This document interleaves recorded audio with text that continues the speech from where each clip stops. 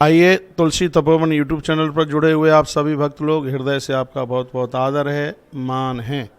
इस समय हम सावन मास की बात कर रहे हैं कि श्रावण में भगवान शंकर को कैसे अपना खास बनाया जाए। तो उसमें कुछ चीज़ें हैं: जल, दूध, शर्करा, दही, घी, केसर, बेलपत्र, इत्र और चंदन।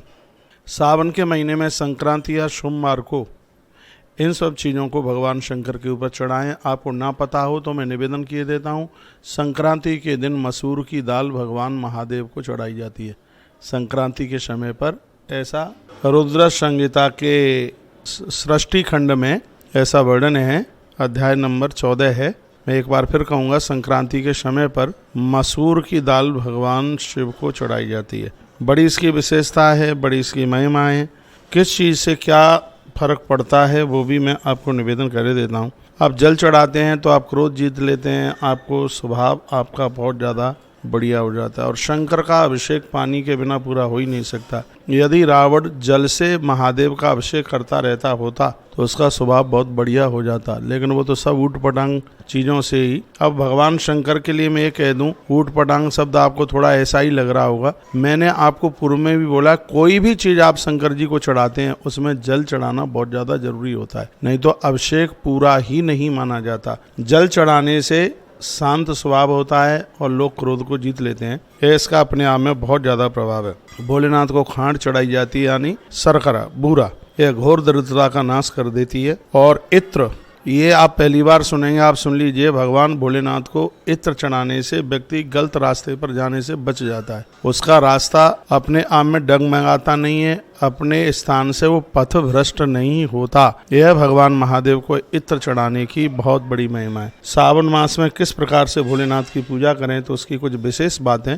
आपके बीच में मैं निवेदन कर रहा हूँ। और ये सब मेरी स्टडी करी हुई बातें हैं, ऐसा नहीं है कि सुनी सुनाई बातें हों। ज़्यादा तरह से ग्रंथ में जो प्रमाणित बातें हैं वही आपके बीच में बातें रखी जा रही हैं। भगवान को आप दूध चढ़ाते हैं, इससे वंश वृद्धि तो होती ही है, लेकिन इसके द्वारा घर में सभी प्रकार की समृद्धि भी आती है। वंश वृद्धि के लिए महादेव के ऊपर दूध चढ़ाना किसी वरदान से बिल्कुल कम नहीं है। दही आप भगवान को चढ़ाते हैं, भोलेनाथ को दही चढ़ाते हैं, तो इससे कार्य में आने वाली रुकावटें, बाधाएं दूर हो जाती हैं। जैसे आप कहते हैं हमारा बेटा एक एक नंबर से रुक जाता है, बिल्कुल बनता हुआ काम और फिर हम उसमें पीछे हो जाते हैं, तो आप दही से भगवान को स्नान कराइए, दही से भगवान का अभिषेक कीजिए। तत्पश्चात घी से भगवान को निलाया जाता है। तो इससे धन तो बढ़ता ही है, लेकिन सबसे बड़ी और आनंद की बात है कि इससे इंद्रियों की शक्ति बढ़ती है। चंदन से भगवान को जरूर निलाइए। आज मैं अभी इस लाइव के आरंभ में मैं बोल रहा था कि पूरा सावन का महीना कलावा जरूर भगवान को बांधें और चंदन से स्नान कराएं। तो चंदन है वो व्यक्तित्व में निखार लेकर के आता है और इसके द्वारा समाज में बहुत ज़्यादा सम्मान बढ़ता है। चंदन से भगवान से बहुत प्रसन्न होते हैं। शहद के द्वारा वाणी की कठोरता समाप्त हो जाती है। बेल पत्र गंभीर बीमारियों को तो समाप्त कर ही देता है, लेकिन इस घर में इससे धन की समृद्धि भी होती है। 5 प्रकार के अनाज, 6-7 प्रकार के अनाज भगवान शिव के ऊपर चढ़ाए जाते हैं और विशेष रूप से सावन के महीने में ही इसकी बहुत ज़्यादा महिमाएं महानता है। चावल, अरहर की दाल, तिल, गेहूँ, जौ, मूंग की दाल, ये चीज़ें हैं, यह भगवान को बहुत ज़्यादा अति प्रसन्न कर देती हैं। एक एक चीज़ की मैं बात आपको बता देता हूँ। जो चावल हैं ये वंश वृद्धि के लिए हैं, इसलिए इस ग्रंथ में 1.25 लाख चावल चढ़ाने की भी बात कही गई है।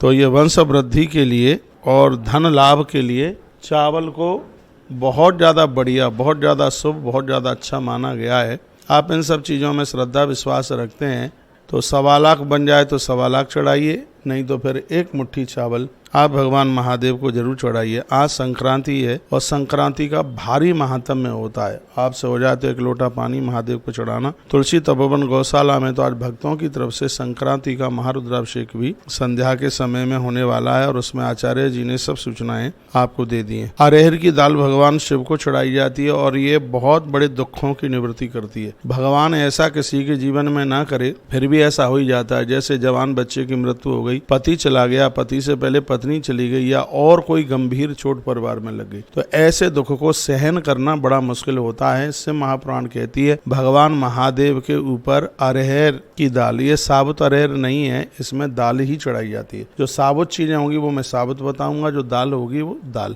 तो इसमें अरहर की दाल भगवान महादेव को चढ़ाई जाती है और इसके द्वारा लोग घोर दुख को सहन कर लेते हैं। परमात्मा भगवान महादेव उस दुख की विस्मृति करा देता है। ये अरहर की दाल का इतना बड़ा प्रभाव है। तिल के बारे में तो बहुत बार मैंने आपको बोला, ये आयुष बढ़ाता है, उम्र बढ़ाता है, चाहे प्रदोष वाला दिन हो चाहे सोमवार।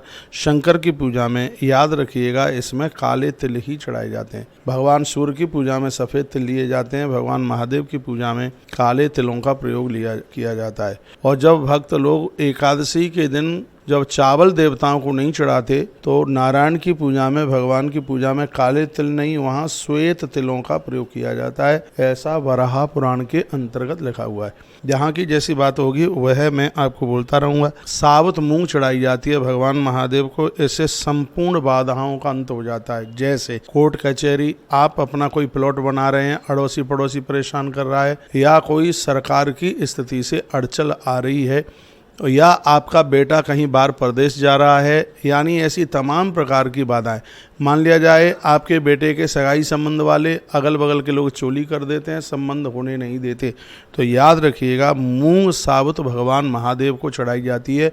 ये सर्व बाधाओं को दूर करने वाली मूंग है। मैंने ये चैप्टर बहुत बारीकी से पढ़ा है जिसमें 1.25 लाख मूंग चढ़ाने की बात कही गई है। और जीवन भर इस बात को भूलना मत, तांत्रिकों के चक्कर में पड़ना नहीं है। भगवान शंकर को साबुत मूंग आप चढ़ाइए, थोड़ा सा मूंग के ऊपर हल्का सा हाथ देसी घी का उसको रेगड़ करके, तो ऐसी मूंग भगवान शिव को, भगवान शंकर को चढ़ाएं।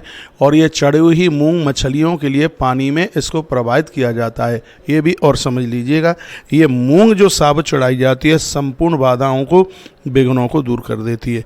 और फिर है गेहूं। ये गेहूं संतान प्राप्ति के लिए, संतान सुख, या बच्चे होने के बाद में बच्चे आपसे बहुत दूर जा रहे हैं, जिनको संतान है नहीं या संतान होने के बाद भी जिन्हें संतान सुख नहीं है, ऐसे लोग गोधूम, शिव महापुराण में लिखा है, उनके लिए 1.25 लाख गेहूं भगवान महादेव के ऊपर चढ़ाने से संतान सुख की प्राप्ति होती है। ये बड़ा अद्भुत उपाय है, ये आप बिल्कुल कर सकते हैं। और तिल उम्र आयुष बढ़ाता है, मैंने आपको बोला है। बहुत बहुत धन्यवाद है आपका। इन पूजाओं से, अर्चनाओं से जोड़िए। तुलसी वन आश्रम, तुलसी तपोवन गौशाला आपको एक धर्म पथ के ऊपर खड़े करके और ईश्वर से आपको जोड़ने का काम कर रही है। तुलसी तपोवन यूट्यूब चैनल पर इस संदर्भ में कई वीडियो डाली गई हैं और इससे आप ना चूकें।